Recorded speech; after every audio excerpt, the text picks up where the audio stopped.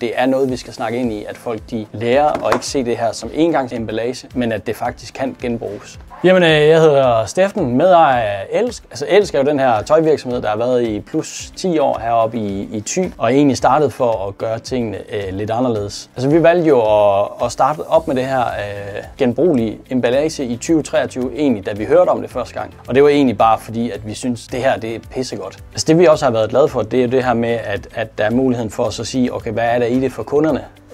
Og det her med, at vi kunne sætte et flow op og et system op, der siger, at jamen, når så at kunderne rent faktisk sender den her tilbage så via jeres system, så udlyder det en lille gulerod til dem i form af en værdikupon hos os.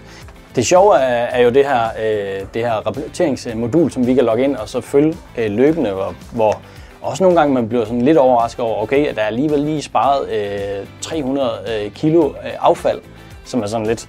Det giver en lidt blod på tanden til at så sige, okay fedt, at vi kan sidde og faktisk måle på de her ting her, så det er ikke bare sådan helt, vi tror bare, at vi gør noget godt.